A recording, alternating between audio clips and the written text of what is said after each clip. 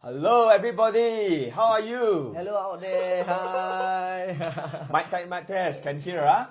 I hope everybody can hear me.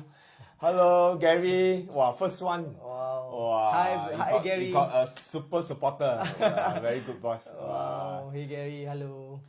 Yes. So today, welcome to our very first session of our newly developed program. So it's called the Success Stories. Yeah. So of course today we are very honored to invite Didi to our show as the first person to share with us. Pleasure is mine. All the little ups and downs of his whole entire career. Maybe I will also know a little bit more about him, his family, his background. Yeah. So please continue to like and share. Invite some more of your friends to join in. This tonight's show is welcome. Everybody is welcome to tune in. Yes. Hi Irene, hello. Hi Irene. Okay, so Didi, what are you busy with recently? wow. Okay, I must say, recently busy. Recently busy with my 1-year-old boy. 1-year-old boy. What that 1-year-old boy Akif Ryan is keeping me busy every day. Of course, with the help of my wife, Hannah, and I think it's a wonderful journey so far, having this marriage. So yeah. But I saw busy. your Facebook. You are playing badminton. What's that? Okay. Yeah, good. How I almost forgot. Okay. Actually, I am one of the very lucky few Singaporeans selected in a reality sports program. Reality sports program. Yeah, it's Singapore called, can play. Yeah. No.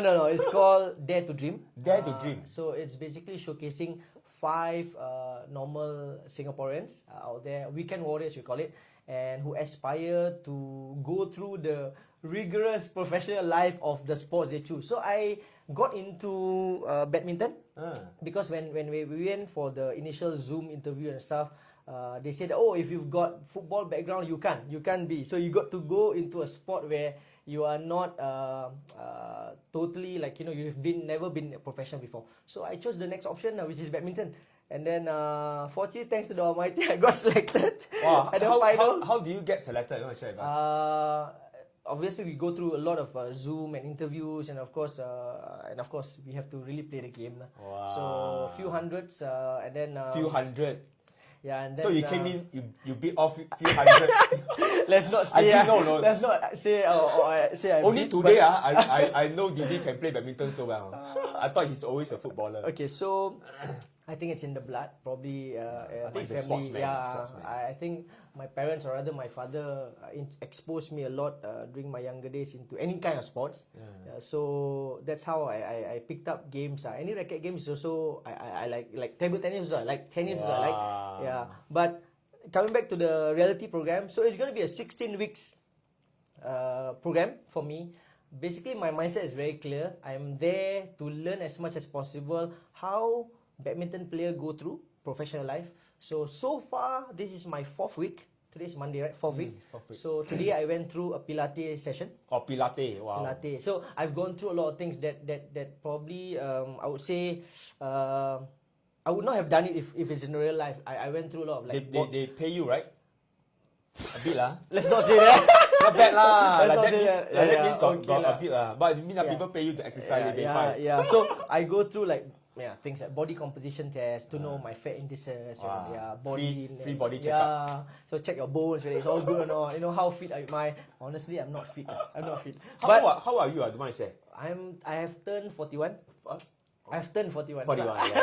So I'm 41 this year, and then in fact, in all the participants coming in already. Yeah. Hello, hi, Danny. Hello, Lynn. Hello. That's my sister, my mom. So basically, I think I'm the oldest participant. Yeah, I think the rest are in the early. Oldest, 30s. but you can still beat them. No, as in, there are participants of different sports. Like we've got athletic, we've got jiu-jitsu, we've got tennis, we've got soccer as well. So 5 of us will go through this 16 weeks together. Okay. Of course, but on certain days we don't meet because we have our own individual sports coaching, training rather. So that's how it is. So now you're going through the filming process of this whole Yes. reality show. Yes, So yes. maybe you want to tell us when will this show be out? What I was So we can all support you. Yeah, what I was told. You can follow me on my Instagram, always on my Facebook story. I always put it on my story. DDZ ASG Properties. And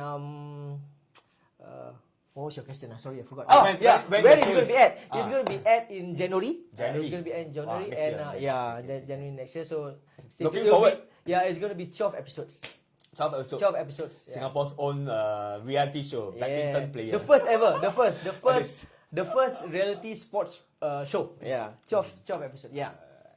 Hello, Joy. Okay, thanks Joy, everyone. Come, hi. invite more of the friends to come in. Hi. So tonight, for those who have just joined, is our first session of success stories. So we will want to interview people that we know that has went through a lot of from probably a humble background or things that went through a lot of hardship, and then recently they have achieved a tremendous success. So the whole objective is what we want to find out a little bit more about them. Hopefully, all of us can pick up a few skills and also apply it to our own life and business and see how we can improve. So it's all about open sharing. And I'm very sure tonight Didi is going to give us a very good glimpse into his life, his business, and of course his family. I hope. Yeah. I hope I can try. I try. All right. So first question. Yes. So of course, every one of you, if any one of you want to ask a question, feel free. All right. Just type into the comment box, and then live, right? You can ask Didi.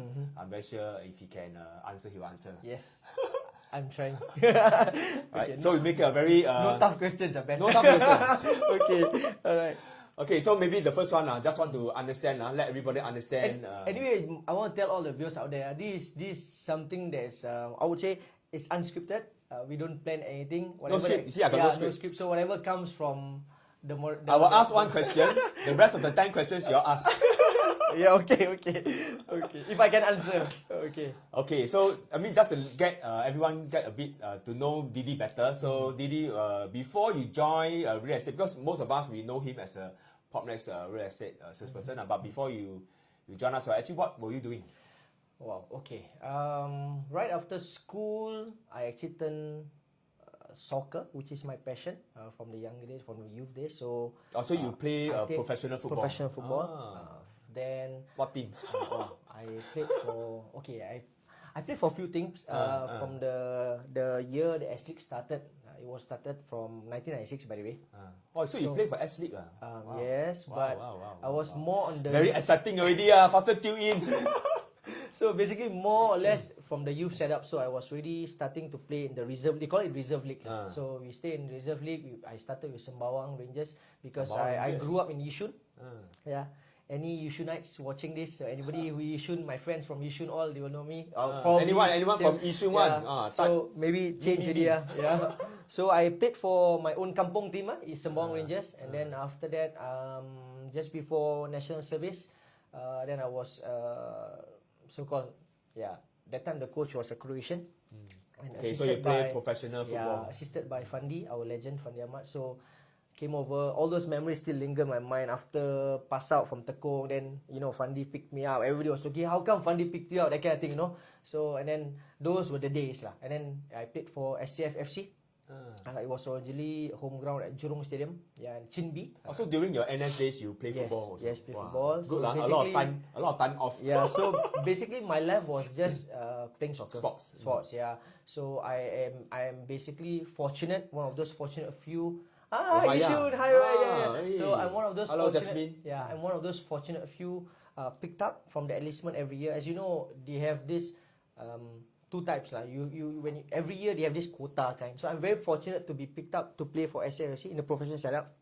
And 2 years passed by, then I start to play for other clubs. After that, I went for Clementi Khalsa. Then after, those who's watching or listening in, if you know S League, then Clementi Khalsa is no more around. Then it became Balestier Khalsa. Then I played Balestier Khalsa. Then after that, I went to Woodlands Wellington, and then that's it. Then after I went to. Hey, any one of you want to see how he looked like back then when he plays football? Alamak, where you get? Type one. Alamak, where you get him? I download from his Facebook one. All the man, you picture. clever. I asked from his family. Oh, so clever. Come, let's take a look. Yeah, Let's let's see what we have. comments. Wow. Hello, Yasmin. Hi. Hey, hello. Kimberly. Hello, Kim. Kimberly. Wow, what is this? This one is you are doing coaching to some boys. Yeah, this is coaching school. And those were the days. I was really attached to schools, primary school, secondary schools, and very fortunate to, impart whatever I can to the youth. So actually, you after you play professional football, you do some coaching as a living also. Yes. Because that cannot go away. So continue coaching soccer for schools. Yeah. I see. Yeah. Wow. I look at this. Very lean. This guy. Don't ask me to stand. Yeah, but okay. This I think this was probably what in 2000. Maybe 2000. What 14 maybe. 2014 was quite recent No, cannot be. 2014 is maybe 2012 like that. I think 2012 or 11 maybe. 10 or 9 years ago. But by then you already joined. No. I already this one I was really a real estate agent. I was really a real estate agent. This one keep fit keep fit Yeah. So Okay, then we must see last time one. Oh, Ayo. Get this. Singapore Armed Forces Football Club. I say a real one. This one don't play. Really got play for Singapore Armed Forces. Okay, come. Now the next question is find who is Didi. I cannot find. That was the clue. The earlier picture showed how lean or tiny I was, so you could probably use that clue to find me. But anyway, so you see Fandi there, then of course, what else? So many other players there behind. I So. find for you. Okay. So this is while you are after NS really, right? NS. Yes. After NS and then you still continue to play professional football. I think this was when I was 20. I think. Yeah, this was when I was 20. Yeah, correct. 2020. Yeah. 20 finished NS very fast. I went NS. Yeah, 20. I think 20. Wow. Yasmin says, look like Fandi. So far off from Fandi lah. Fandi is so much better looking. Anyway, so this was those years lah. So actually, very good you dig all this Ben. Very clever The thing is, I really feel that young kids should really play a lot of sports because last time I was also quite I play a lot of sports so a lot of discipline, a lot of your character is built. Character building. It's a lot of character building when you go through a lot of tough training. Mental and toughness. Teamwork. Depends on the sport, but at the end of the day, the mental toughness will also be inculcated in any sports you do. So nowadays kids are really iPad, iPhone, watch TV. I don't know And of course, I think this from younger days, my parents was only concerned on my motor skill because I walked. I heard, if I remember, I think I walked quite late than normal babies, right? So a bit on concern of my motor skill. So that's why earlier. Already as young as I may recall 4 or 5 years old, I was exposed to soccer or jogging, whatever that my dad goes out to play, I'll follow. And now become a sportsman. So why didn't you continue your career? I had twice back-to-back torn meniscus on my knee, and then that takes its toll on my recovery. And during those years, 2004, 2003, as like. Some made it, some so-so, and financially I can see some instability within the management and stuff. So I start to ponder about my career, and I said, look, I've always liked those days. I've always liked how does it feel like working in CBD, or how does it feel like wearing a tie, that kind of thing, So that's when I went to the corporate world. So I started from football, I jumped into a corporate world. So I went to the banking industry. Banking. So what do you do in the bank? I was under risk. I was doing credit authorization. That means you handle at the back end whatever that people try to use their cards overseas and all that. So basically, not bad without any prior experience, they can employ you. I'm thankful because maybe probably I know like Malaysian people like to say your cable got to be strong. Okay, but it's important so who you know is more important. Yes. So than what you know. That's how I got into by chance. So I got into bank. Then after that, one For bank how long? to another. 2.5 years. 2.5 years. And then from there, I took up a lot of insurance certificates. Life insurance, all the M5, M9, HI, all those I took. Wow. You planning to be an insurance agent? Yeah, and I became a financial, the first Advisor. impression officer. So I got into the, where you come to the bank, hello sir, hello, welcome. So if there's Christmas, you wear Christmas stuff. Yeah. There's Deepavali, you wear whatever, the costume. And then you greet everybody at the front counter. Then probably my role is to introduce them to any financial advisors or get them to sign any FDs, open account, something like that. That's good. I mean, that's where Interact. where probably you got your training in like kind of True, like a human true. Yes, communication yes, skills. yes, true. Your And HR then, skills. and also when you are the front line, sometimes there are different walks of life of people come through. So there are people who come in angry. There are people who come in excited. Some people who come in and don't bother talking to you. They be clicking on the phone for the longest time. And then they say, okay, you wait. So we ended up waiting. So a lot of emotional episodes that you go through at the front line. But at the end of the day, you learn how to be very calm at all situations. So that's one thing, or one of the greatest takeaway being a first impression officer was to remain calm at all time. No matter how angry, how upset. Come to think about it, I still haven't seen Didi very, very angry before. Yet. Good job. So just being calm, and that's what I learned being a first impression officer. But of course, like I said, I took up certain certs, the insurance certs and stuff. And then but you didn't become a financial advisor. I did. You did. I did. Wow. So, but if I didn't know at the time, but if I had known, right, I wouldn't have jumped into, because I was like, wow, looking at those guys and they have their own desk at the back, that kind of thing. So I was like, okay, after I got all certs, maybe I should. And it was given a chance by the bank manager. So I had a desk for about less than 6 months. But you know what? Every day is like, okay, bank close, 4:35. Okay, all gather, go buy a kopi, come back. You will sit down. What's the target? Those days, target is a taboo, no? Like we are so scared of target. Like what have you closed this week? Week, not month, week. So. But that's a very drastic change Very, because from playing football to going into a bank in an office I think the thing about me was I was more into how people judge me and that when I was younger, how people judge me, how people look at me, and I always want to look good. Remember I said I want to wear tie? Yeah. So when you can wear a tie, right? So you sit behind, you look good all the time, and then. But sadly it doesn't last for me because probably I feel at that time I wasn't gung-ho enough to do sales. Really. I wasn't gung-ho. I'm more about customer service, but when it comes to sales, I just cannot reach the target. And then they give all this ultimatum. Then that's why I feel so stressed. Yeah. So where then do after you I went progress to? So I went to join the embassy, Japanese embassy, one of the channel, one of the entity I would call. It's called Japan External Trade Organization. They call themselves JETRO. So there, I was exposed again, sales, but not so much sales. It was exposed to rather a bit more of advertising role. So I went to see the key owners of Japanese companies, and then help them to re-establish their so-called presence in whichever country. So I was handling the ASEAN region. That's also one reason why I joined, because I get to travel. So younger days, you like to travel, right?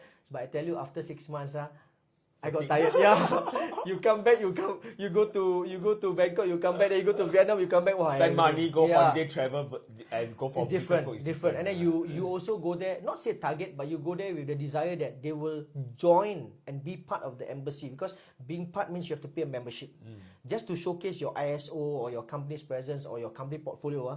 And to be in the, Japanese very cultured, right? They want to be centered around their community. So they will pay for whatever it is. But there are some who will be very non-traditional. The younger ones will say, no need lah, everything now online, I can search for this company, this product. So it becomes a bit more challenging lah. So those were the days lah. And that also lasted me about, I think, almost 3 years. Yeah.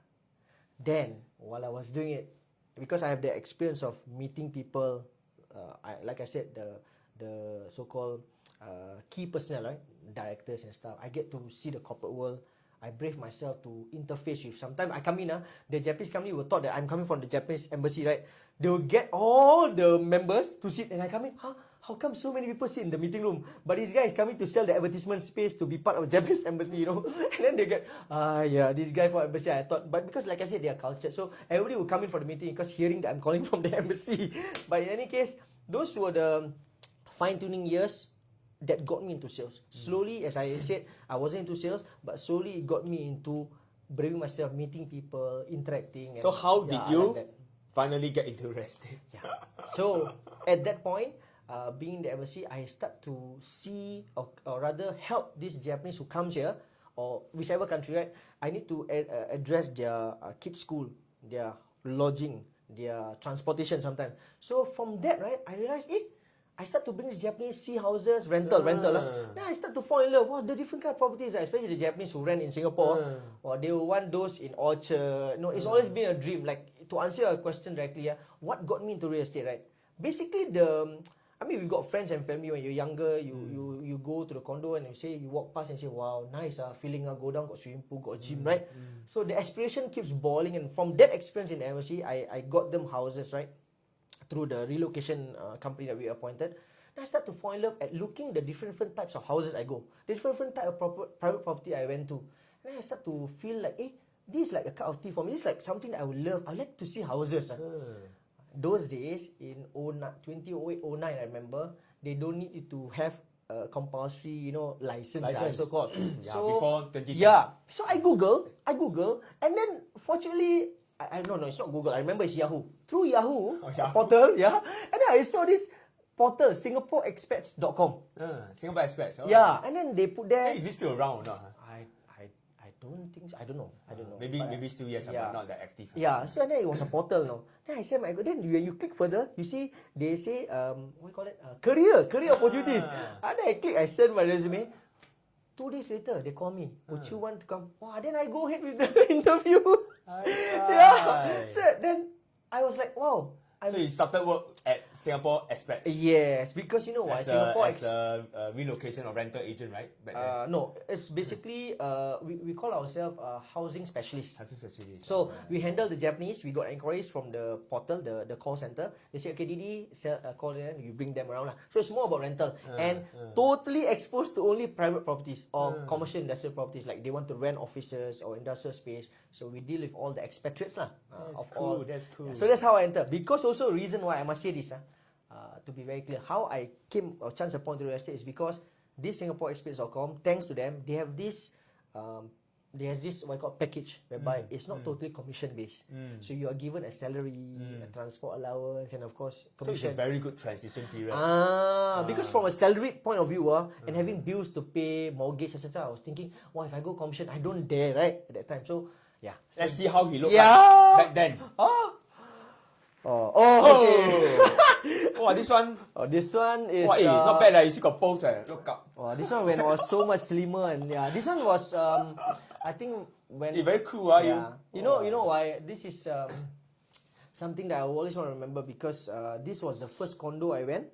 It's called Katong Park Towers. This was the first day. Yeah, this was the first or second, I think first day that I went out serving a tenant. It was an Indian Australian tenant based in Australia, serving them to look at rental. Yeah, so I still remember. Yeah, very sweet memories. Now you look back.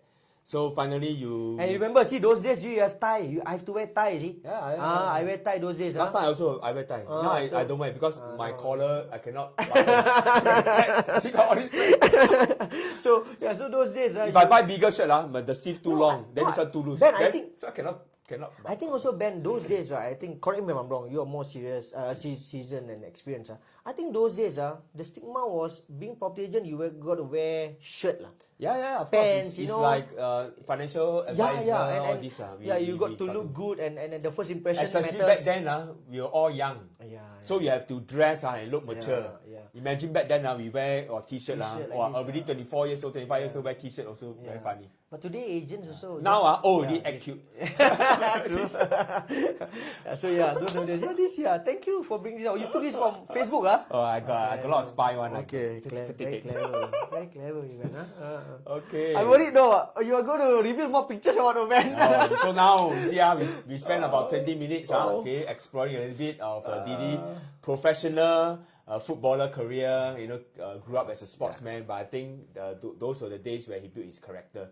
Of course, he got a little glimpse of the real estate housing agent life by doing relocation for the Japanese, and then expats. and then officially joined Singapore Expats as a as a rental agent. Yeah, housing specialist, housing. So how did you embark your first step into Propnex? Wow. Okay, this one is very, very. Because I have never known, because in Singapore Expat it's basically you and serving the portal. The call center will send you leads and you serve them, you see. Never would you know about hierarchy or having a team, or like I said, Singapore Expat serving a portal. Basically, you serve tenants, you serve buyers. So you don't really deal with the need of advertising your name in papers or Property Guru. It's you still don't 50% and employee kind of thing. Technically speaking, I know nuts about HDB. I don't deal with HDB. So the mindset was, right, I joined Singapore Expat. Any family friends ask me to sell HDB, I run first. I don't know how to sell, or I don't know how to market, or I don't do HDB lah, simply put lah. And those days in 2009, 2010, people still depend on newspapers, you see. So I call myself very fortunate. I don't need to advertise. I don't need to spend money. Yeah, okay, those yes. advertisement. Yeah, so I'm very happy lah. So, but then how I chanced upon was because two things. Okay, I transitioned. When I was in Singapore Expats, I co-broke one lady called Jun Ling. Jun Ling Iho. I think she's now in Propnex. Yeah, and still in Propnex. then she said to me, Didi, why don't you join me in Orange Tea? Orange Tea back then. So I said, oh, what is that? So I went there, I signed the form because my company wants to downsize and everything, right? So the CA came in 2010. So SingaporeExpat.com have to register, everybody have got to license. So the whole company like restructured in a way. So I had to find a company, So I went to co-broke over. That same day, that similar day at Unity Center, she said, let's go to Orange Tea. That same afternoon, we go to Orange Tea, I just register. Because I need to make sure I can still continue the business, right? So I go with her. And then after that, I think less than 2-3 months later, after that, she said, Didi, I think I want to go to Propnex. What do you think of going to Propnex? She said. I said, oh, okay. I don't mind lah, because she's like so-called my manager, right? I said, if you go, I go lah. She was the one who introduced me to Facebook anyway. But then, in between that time, I co-broke another time with Salihin. Salihin. And then that time, Salihin, I think he was still young. I think he was only his first year or second year, and he showed me. I remember, he's the rookie lah, so-called top rookie in Propnex, at that time, And then what he did was very clever. He repeatedly asked me about what is my interest. I like soccer. He invited me to join this soccer group chat among agents. Wow, very clever. This guy very clever. And then after he tried, introduced to more, because I don't do HDB, right?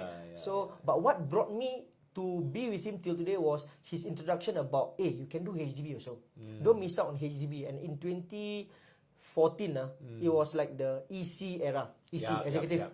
There were a lot of ECs coming up. A lot of upgraders. So he said, Didi, if you don't do EC, HDB... Salin's still young. Yeah. He's forever young lah. Okay, so he's like saying, hey, if you don't, it's such a waste, But then, I don't know whether he's aware or not till today, but when he invited me to the soccer group chat, I was exposed to many other Malay agents, many other Malay leaders in the group chat. I mean, our late Ghazali Aspar was there, and of course there are other agents also lah, from other agencies, Orange Tea, you name it lah, ERA and all that. So everybody was like, okay, this guy is new. First time I see a Malay agent doing a lot of private properties. And everybody started to ask me for coffee.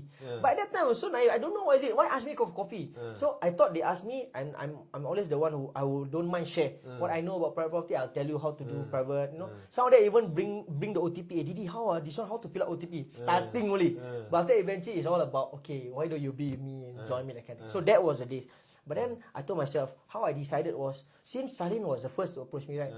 And at that time it was so chaotic. So many people started to talk to me, I said, never mind. I just stick my gut feeling. I said, never mind, I go with Salin. Because Salin was the first person who approached me. And through by chance, it was a co-broke case in Teluk Belanga, HDB. I brought a buyer. He was serving a seller. Yeah. So that's how it started. And from there, I moved to Propnex. And then June also came forward. And then I told June, since you still... Because those days, I think not easy to go over, and then we got pending cases, right? So since my heart was leaning towards all the guys, I know a lot of more Malay agents and that soccer community also. So I said, never mind, June, it's okay. I just go first to Propnex and then I go on the side. I said, okay. But thankfully now June is also in Propnex. If you are watching, June, that's good. Say hi, One June. big if you're family. watching. Yeah, we're all one big family. Yeah, so that's how I started and became a Propnex agent. Okay, so of course the next question all of us want to know, and especially for a lot of new RES that possibly have just passed your license, your exam, on the verge of getting your license, you want to know, how is this career? Is it going to be smooth sailing? Is it going to be easy? So maybe we want to ask Didi. So is your career smooth sailing in PropNex, or do you went through some tough times here? I would say let's break it into a few components here. I would say let's break it into the first component, which is what will be my early struggles. I would say, struggle, yeah. What will be my early struggles? So my early struggles would be at that time. Again, I say again at that time. Whatever I say is based on the journey, right? Like I said, what I'm going to share is my journey. So it won't be a fair reflection of what it is today. Maybe certain things. So back then, right, it's more about exposing myself to doing just private properties. I have this doubt about me. And what is the doubt? That people judge me for how I look, what car I drive, you know, and I'm not going to hide this and that. Those days, actually sometimes when I go for a presentation to sell a landed house or you know, it's just an ego thing. And you just don't want to, Malay say kalah, you don't want to lose to other agents that come with Mercedes, BMW. Those days were the craze. And I remember my first car when I was in real estate, I was driving, no offense out there, who are listening, it's really fine, but I say again, this is back then, the mentality. And I feel, if I don't have this car, Continental car, maybe I will not get this opportunity to sell this person's house. Honestly, I'm just being upfront because this is a live show. That's a very common perception. And I'm trying to pour it out here as sincere as I possibly can. I don't want to hide or you know, because I think it's the best interest for those who are wanting to know how I started this. So the early struggle is this, the outlook, how people judge me, and then should I call now? Should I call later? If I follow up now, is it too soon? All these are the common struggles I had at that time. Because call early also, sometimes people say you call too early and then they say you are pushing me. Call too late also, then follow up also, then it becomes like, hey, why you never call me? I already made a decision buying somewhere else. So those were my early struggles, because I went into a point whereby, what should I do now? Call or don't call? You know, go for a presentation or not? Because everybody starts to turn me down. I think maybe you started to have some self-doubt, huh? Yeah, self-doubt. Self-doubt, and of course, overly judging what people would think and say about me. Yeah, so those you were my quite a lot of how people look at you. Yes. So those were my pretty much early struggle at the initial stage. But thankfully, for those aspiring real estate agent hearing or experienced one, I think you can second this about what I'm going to say. Basically, the right people around plays a part.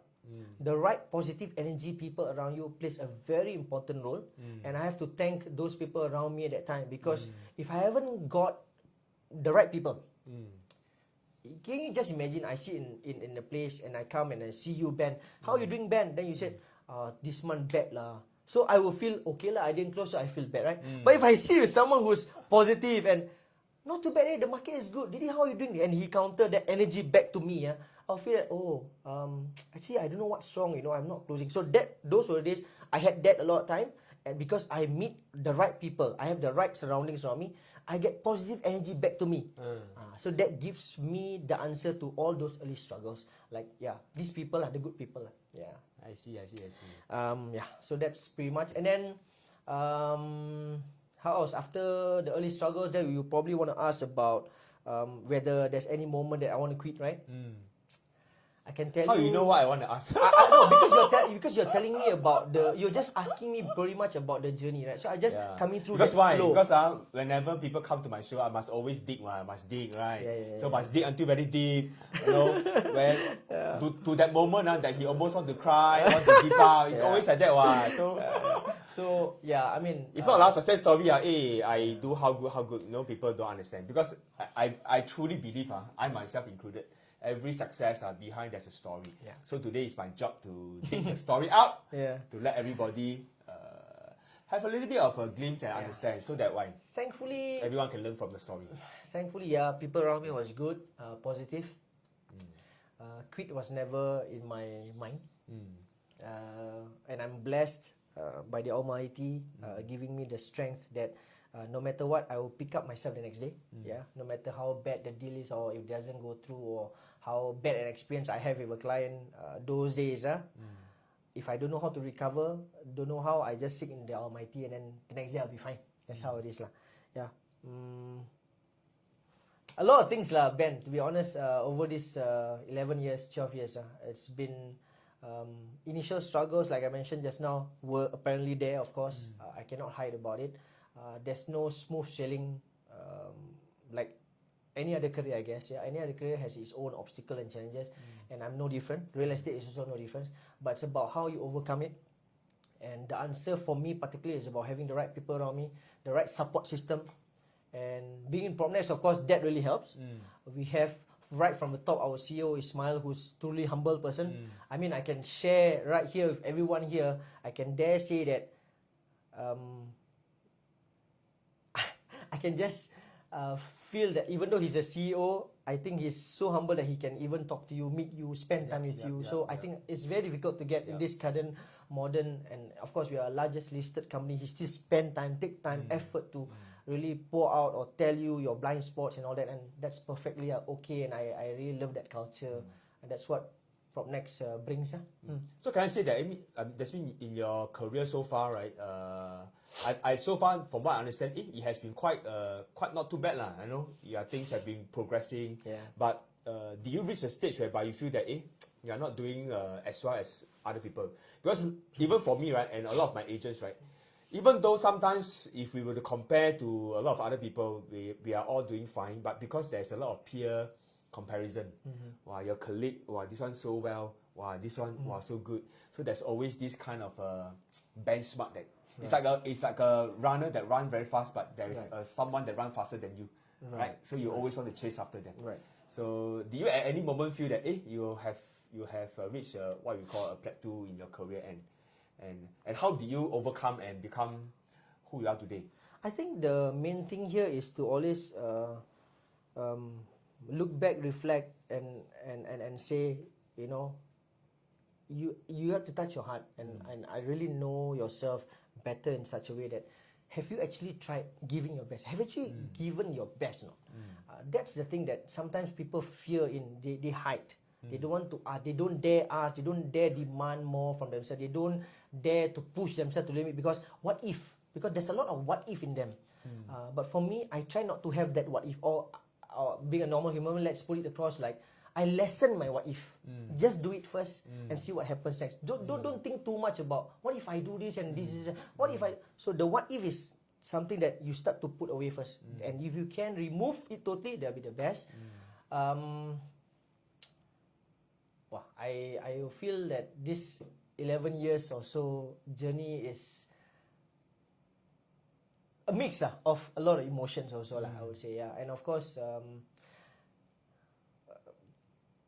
the boot camp, if I can say. I can tell you this one you really want to make me cry already. Man. Okay, I try not to cry. Okay, I tell you what makes me focus. Okay, the honest secret. Okay, I think my wife, if she's watching this, I'm sure. I think your whole family is watching, man. I hope so. Okay, I think in the boot camp you have this segment where, or rather, I shouldn't say this. We cannot say that specific. I would say this way. Okay, what makes me focus, determined, and wanting to do more every day is I always look at my dream board. I always, if I don't look at it, by now I can memorize what are those that I put on my dream board.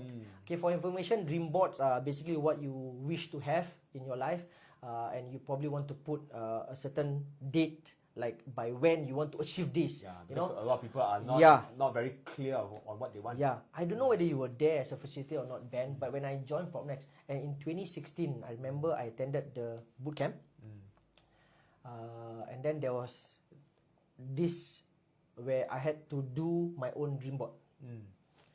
When I look around, the other participants all were active, taking all the color pencil cut this bring magazine I brought. I had a mind in my mind. Okay, tomorrow I have to. Okay, once this. Okay, I want to put this on my dream board. Cannot share specifics. Of course. But I couldn't get started, Ben. Why? I couldn't get started. You don't have a dream. You don't have a goal. Okay, because at that point in time, right? I think I myself don't find a real purpose of why I want to work so hard for. And when I look at all the other dream boards, right, usually they will put, okay, they have a nice family or a photo of family going on a vacation trip or a photo of themselves being happy and all that. But at that moment, it was a tough moment in my life. And I tell you, I don't know how to put that photo on my dream board. I do not know how to put my family. You know why? Because back in those days, I wasn't that close to my family. I wasn't that open. I wasn't communicating that easily with how I am today with my parents. So it became so hard that, you know, some people say you got to call your mom or dad, or once a week you don't visit them, call. But I just find excuses that I shouldn't call them, text them, ask about them and all that. So when that episode comes in, right, I was like so stuck, and then I just cannot get started. So that moment, one of our pioneer, late Ghazali Aspa, he was the first who came, approached me, then hugged me. I was really teary, crying and non-stop, you know, like somebody really beat you up, whatever. I just cry non-stop because you tell yourself, how bad I have been, how poor I've been as a son. I was only looking at the career, work and stuff, but I wasn't thinking about my parents. I wasn't thinking about my family. So it was a lot of things that come to my mind. Your time in work. Yes. And your family. Yes. And I was like stuck. So, and then after that, slowly all the other phrases I remember. I can't remember. By this time, I can't remember who hugged me and all that. But I know for sure. Now it's no more secret. Now it's open. So basically, and I can say because of that, I had my biggest breakthrough. Yeah, I had my biggest. So your biggest breakthrough is through this particular activity. You realize that you should be closer to your family and spend more time instead of just. Yes. Because that is your purpose. Yeah, right? The purpose in life. So that's why I was so. Because if the purpose is just yourself, every day, every dollar you earn is for yourself, I think that is. Then in fact, I can tell you, my life was stagnant. My life was good, but I don't find joy. My life was good, but only I feel good. But there will be those moments whereby, hey, where are my parents? Where are my siblings? You know. So I told myself, then why I work hard for? All this money for who? You know. And then that brings me that moment. I tell you, I just then of course I remember. Then I reenacted and imagined Yong Hok being my father. I hugged him, and then after that, moments later, I pick up the phone and I called my mom. You know what? When I called my mom at that time, I remember I thought they would be angry, you know, because I never call them. Right? I don't care so much about them. I don't care about what it is. My life is my life, you know, that kind of thing. But then when I called them, to my utter, I won't say it's shocking, but to my utter... maybe they're surprised. Are you sure you're Didi? No. You know what they say? And I remember my dad was saying in the background, are you okay? Yeah.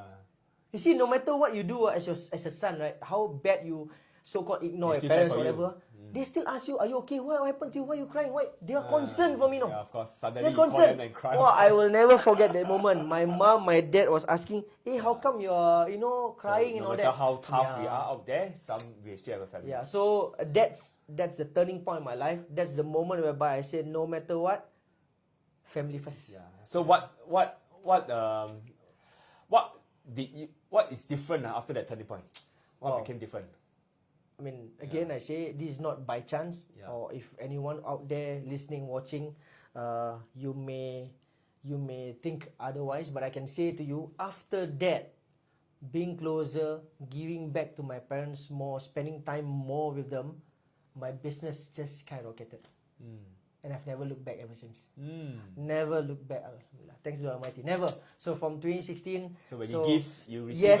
Yes. And of course, because you feel happier. Purpose you in feel life there's a purpose. Yes. You work very hard, and then now you have a reason why you work hard. Your family, and you can make their life better. I think so. That resonates with me. I think I don't even know how to speak or say. I mean, till today, I think my mom or my dad will be very shy to say I love you kind of thing, I mean. Still quite hard still hard. But you know what? After that moment, I dare to kiss my mom. I dare to hug her. I dare to, we can joke again like old days, because sometimes at this point of time when you just you yourself build that bridge. You yourself makes it a point like they are as if parents are not listening to you. But you know what? Thankfully, I still survive. But. Yeah, never look back ever since. Okay, good. So, Didi is also a team leader in PropNext. Wow. So right now you're Group Division Director in PropNext. So maybe do you want to describe to us a bit about your team? Okay, I've a very close knitted family, beautiful family. I call them DD Division. DD Division. Yeah, and if you to ask me what is one of my highs this year, I would say this is one of my highs this year, and all credit goes to DD Division. Yeah. All the beautiful like-minded associates of mine. I don't want to name everyone. It's like there are quite a bit of them. I but think it's really but I think different when you work for your own personal achievement versus a team achievement. Yes, and you know, I almost shed tear when recently I one of my associate, he's also new, and he got recognition. Two of them actually got recognized in the whole advisory. Bobby Seng advisory, and for me to see them walk the red carpet, I don't know how to explain this. Yeah, and so super proud. Like I took my award, I don't feel that as proud as taking that picture with them, you know. Yeah. They walking that red carpet, seeing that face and they're posing, I'm so happy and I couldn't wait to. That's the football coach in him. No, really, Seeing your young really. boys win. Yeah, really, Ben. I think that was surreal. That was a different moment altogether. That was I think a different feeling altogether. Yeah. And really, really one of my best highs this year is seeing them walk that red carpet, getting recognized. Oh, that's beautiful. Alright, so team leader. Not an easy journey, but yeah, this was conversation with CEO. I think conversation with CEO. I mean, one of my biggest highlight. Again, when I just joined, I think back in 2016 or 17, one of the convention in Buona Vista. We used to have it in Star Vista, right? Star Vista. So again, PropNext surprised me. I knew my parents were invited as one of the guests. After the conversation with CEO, and after that, they brought my parents up and then gave a bouquet of flowers to my mom.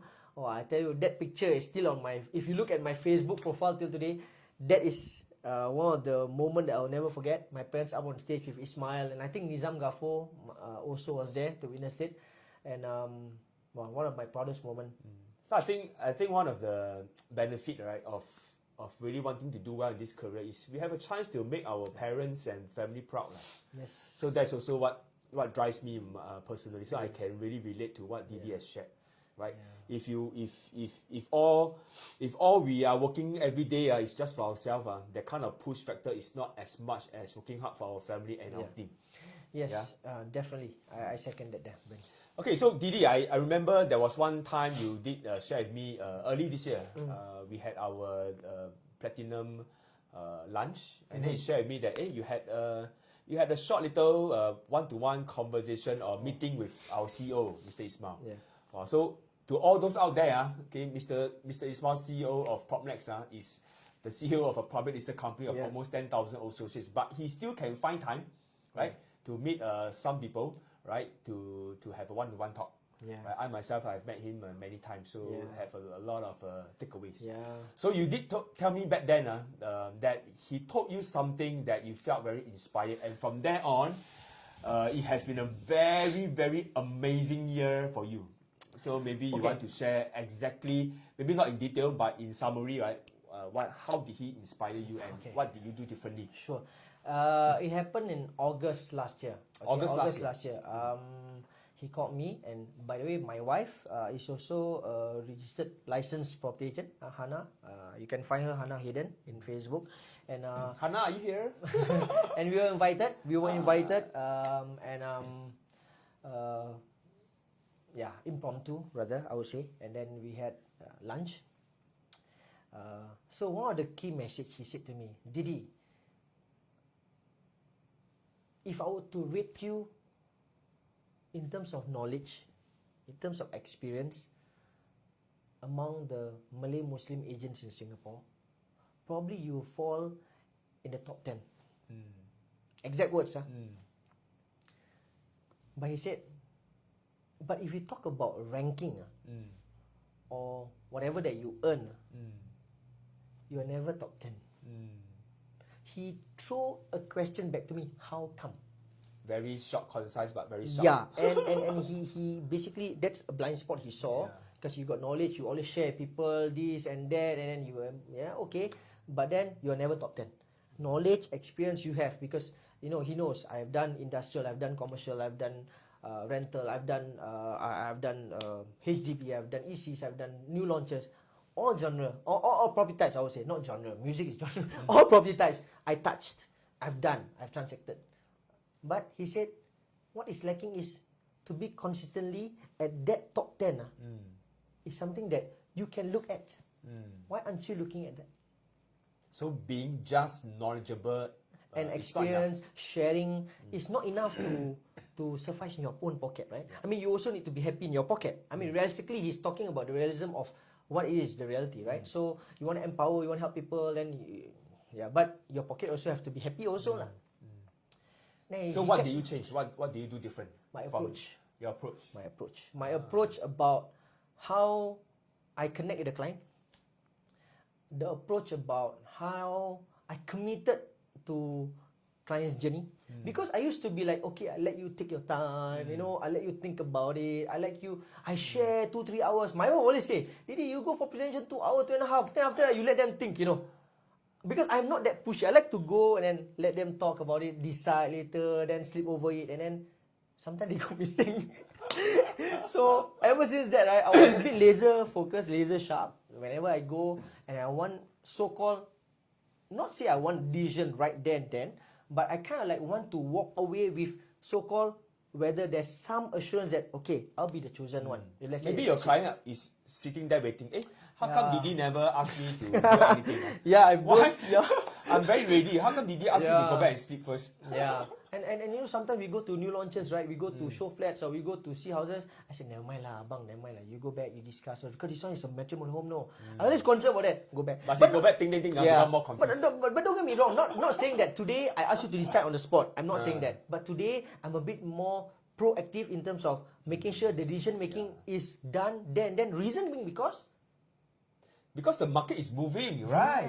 If you are not taking action, correct. and if you don't believe that taking action right now is the right thing to do, then... And that's the correct empowerment, you see, because opportunity is lost, So that's how one tiny blind spot gave me. One small little angle change, right? That is... Let me show you guys what is the end result. Not end result. The result this year. Okay. So after talking to Mr. Ismail for a couple of months, making that one degree change, right? The whole entire course of his business this year has been tremendous. August he met me. I remember August was, and then Super Goal. I was trying to establish August Super Goal, then September Super Goal, November Super Goal, December Super Goal. Then suddenly starting of the year starts to be like that. So for those of you who not so sure what this is, platinum means some. Can say lah. We'll just put it as someone making 6 figures a month. So can be achieved, but not that easy if you don't do the right thing. So Didi not only did it for January, he did it for February. Okay, not only February, hat trick, right? 3 in a row is called hat trick, right? In soccer. But he did 4 in a row. Is it 4 in April? Which one? April. It was April. April. Wow. April it means what? 3 times is hat trick. 4 times means what? I don't know what. Quadruple. Yeah. Alright, so amazing. I think tomorrow I must call Ismail and have lunch again. So just one paradigm shift, right? Be a bit more proactive. Right, probably back then maybe he was a bit too shy or things like that. And then, but I think if we believe in things that we do, right, we will never be seen as pushy, right? Because we want to take action because time is of essence. We cannot waste time. Yes, you're right. I think every one of you will agree. If let's say 2 years ago you buy a landed property and now you buy the same landed property, it could have appreciated many millions of dollars. Right? Easily. So same for HDB. Even HDB last year 500,000, this year 600,000. Yes, easily. you're right. So I think by doing the right thing, I think you help a lot of people make the right decision. I think this is a very good reward for you. Thank you, Ben. Yeah. So of course, I think he followed up with just last month. So Didi made a total of 5 platinum this year. Wow, congratulations! Come type in the comment box. I think it deserves some credit because now that your heart is always for your family, you want to do work hard for your family. I think like what you say, the heaven, the God will reward you more. Yeah, it's true because I was saying to you earlier, because in life we cannot run away from the fact that we need money. Yeah, who don't need money, right? But it is also important for you to understand that giving, and especially to parents, is something so rewarding that it gives you by the force. Like, I mean, you I'm not saying that you shouldn't look at your wallet and see how much you are giving, but it's okay sometimes to just not think so much about how much you give, especially if it's to your parents. And giving to parents or parents-in-law, parents elderly, so-called,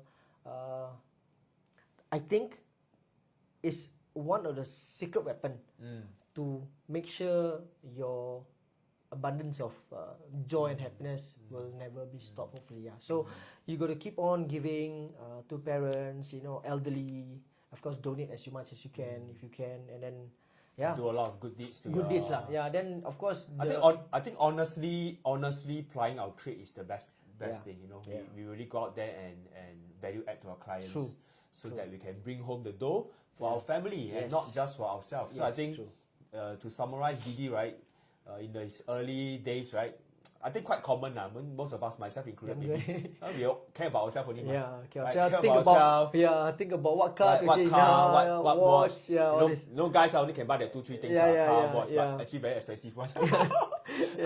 And then when we start to realize, actually it's not. There's not so much joy buying that kind of things for ourselves than to buy. Your life is stagnant. Your life will buy for our family, our loved ones. Your life and is just empowers us. True, and life is just going to remain stagnant.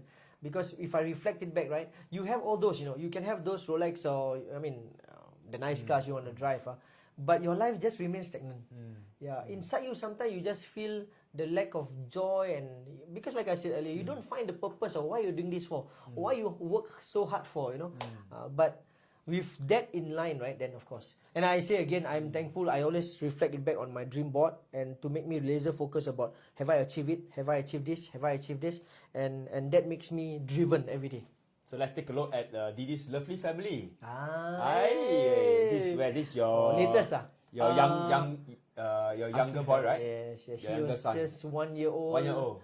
On the 11th of September, Saturday, last Saturday. So we had this small, and then my wife all this I think credit to my wife You asked me about doing all this Happy wife, happy life. But she's good at all this, organizing things, creating this kind of atmosphere, creating this happiness among us. I think that's the beautiful part about having a wife. I can't say how thankful I am having her in my life And then of course my beautiful boy. Is your wife here? Can't say hello. I hope so. She really, busy with the kids. She's probably busy because her hands are always full with my 1 year old. Because this 1 year old Akif Ryan, he's starting to walk, and he's trying to talk. He's trying to. I don't know. A lot of people say if he enters a crawling competition, probably he win. He crawls very fast. He crawls really fast. So from this one photo, right, really can see the purpose why it drives you. Surely. And there's a lot of love, there's a lot of happiness, and then that's where you also bring the same kind of love and happiness to your business, to your team. True. So a lot of, I think a lot of times a lot of people are looking for that specific technique, that specific skill set, that specific one sentence, one script that can create miracles and probably make you earn a few $1 million. But I think there's a whole lot more than that. Yeah, a lot more than. It's a lot inside here. In your heart. How you want to treat the people around you well. True. And when you treat the people around you well, generally the whole entire world will give you back in many ways, other ways. Yes, agree with you, Ben, totally. And I'm experiencing it right now. I say, you give, you get more Ben. Simple as that You give and you get more It's not necessarily money It's not necessarily money. This was in the evening. You see, my first one really tired. Last time you wear tie, you do agent. Now you wear bow tie. Bow tie. You see but my son, you see, he's known as the 2 finger in the mouth boy. See, he's 2 fingers. Every time take photo. every time, 2 fingers in the mouth. I don't know why he's not given the pacifier, but this is how it is 2 fingers in the mouth.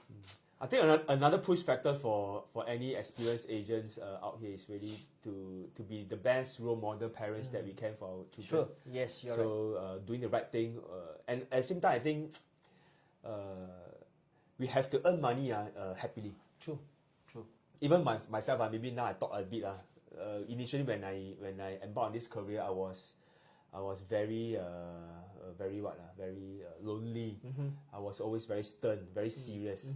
So even Didi, just how to mention, he said last time when I don't know you, you very serious one. Yeah, very serious. Your face black one. Very no, Don't I dare didn't to say. No, I didn't say. No, I didn't say. I say I don't dare to talk to you. Yeah, It's rather like you're not all, approachable, not so approachable. workaholic, always. Yeah, workaholic. But that's the truth, no. Last time I only work and I'm not interested in anyone else, anything else. I'm not interested in your family, your kids. I find it doesn't. I don't care, you know. But I mean, along the way, I also had my little change, and then I started to become more like a human.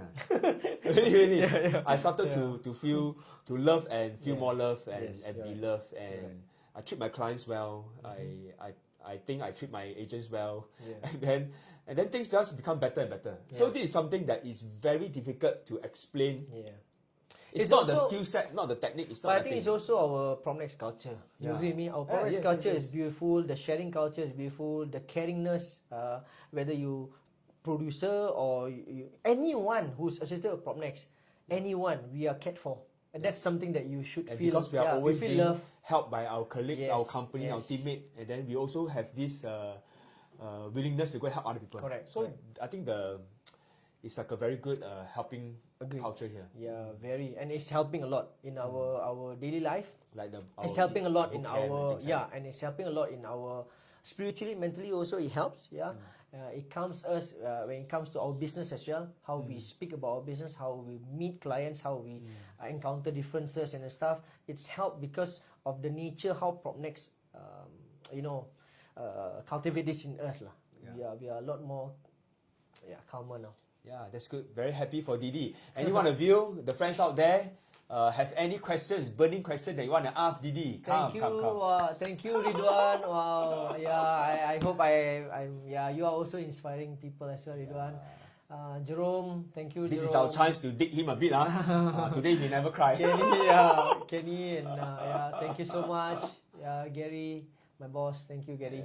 And again, I say, no, I'm not taking this live or this audience here who's watching as a platform for me to, pour out. I mean the title rather is success story, of course. But of course, I think the audience, it's only fair that they also hear what is actually the real journey about me. What is the things that is also, not everything is easy. It's also pure hard work, of course. And of course, that comes from the heart. And because of, like I said, the culture, the people around us are good. It brings about the goodness also in us. To always empower, to always be good to people, always be kind to people. Very important, very kind. You got to be kind to people, and probably you get that in return. When you are kind to people, no matter what, you just stay calm, just be kind, and no matter what you get there. Because this is still a service industry. I think at the end of the day, the keyword here is service before sales. Write that down. Service before sales. If you think about sales first, I think ultimately now it's not easy. It's not difficult for a client to interpret you. If he look at you and you are like only into sales, they can feel you. I think they can feel you. So I think the service must come first. You must give it from your heart that you really want to. Value add. You must make sure that these people, this client feels safe, secured, assured, and then naturally the sale will come. That's how I feel. Because they can feel that you are genuinely concerned about their cause. And of course, everybody work to make some income. That's for sure. But then again, we do it properly, we do it professionally, and we care for them. Right, and then encourage them to do the right thing. And at the end of the day, right, who benefit more? They benefit more. Right, when they buy a property that appreciate $1 million, the $1 million don't come into our pocket, right? So it actually benefits them. True. Whatever Ben shared just now, even though a bit embarrassed, but I can tell you, those are just good field recognition. But at the end of the day, right, what brings us to go to work, or rather keeps us going, are those surprised testimonials. Example.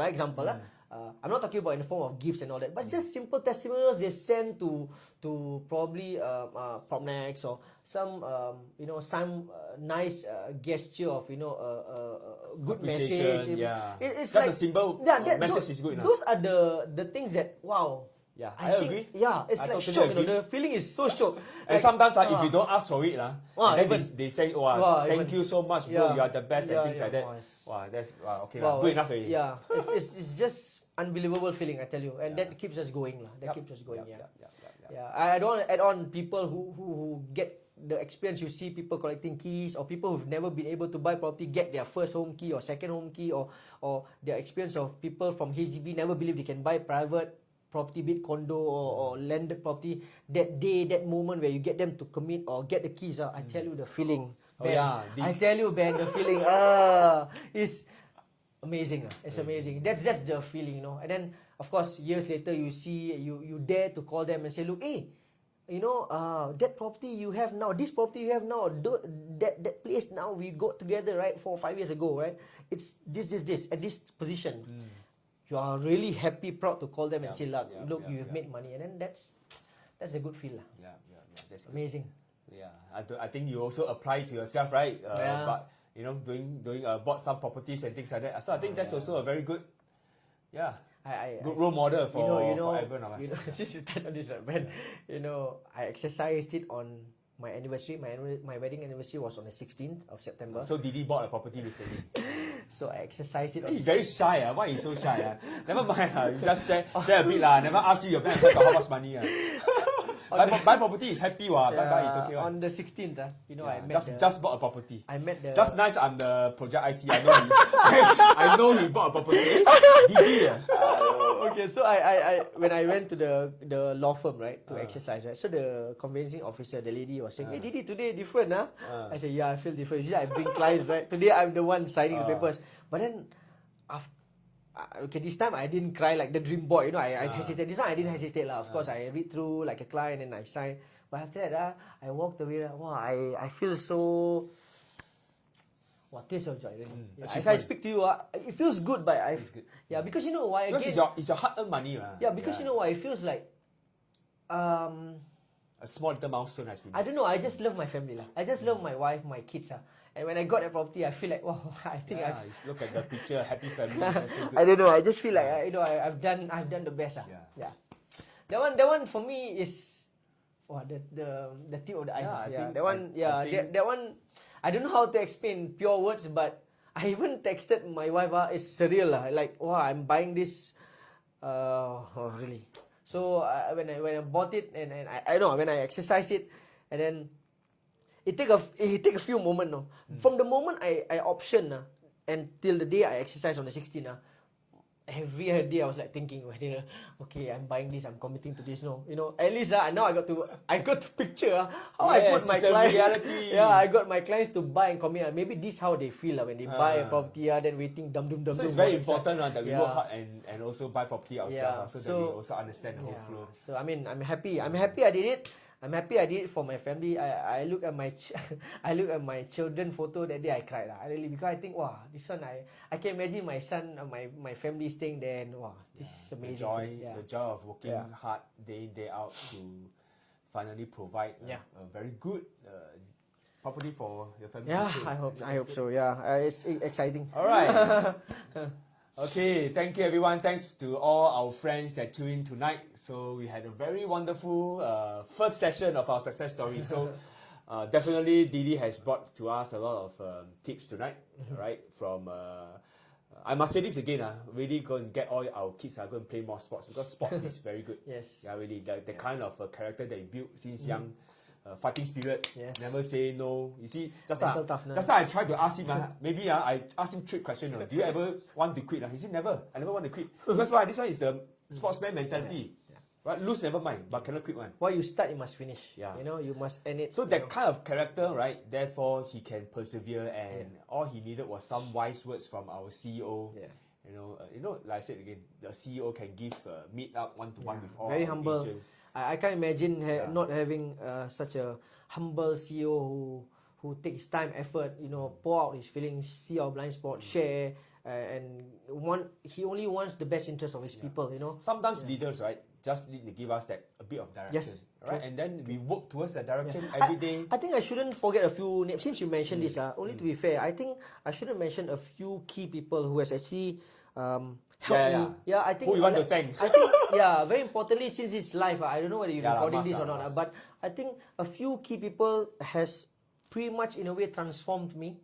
Not only the business, but how I think, how I see the business, how I behave as a husband, as a father, as a son, you know.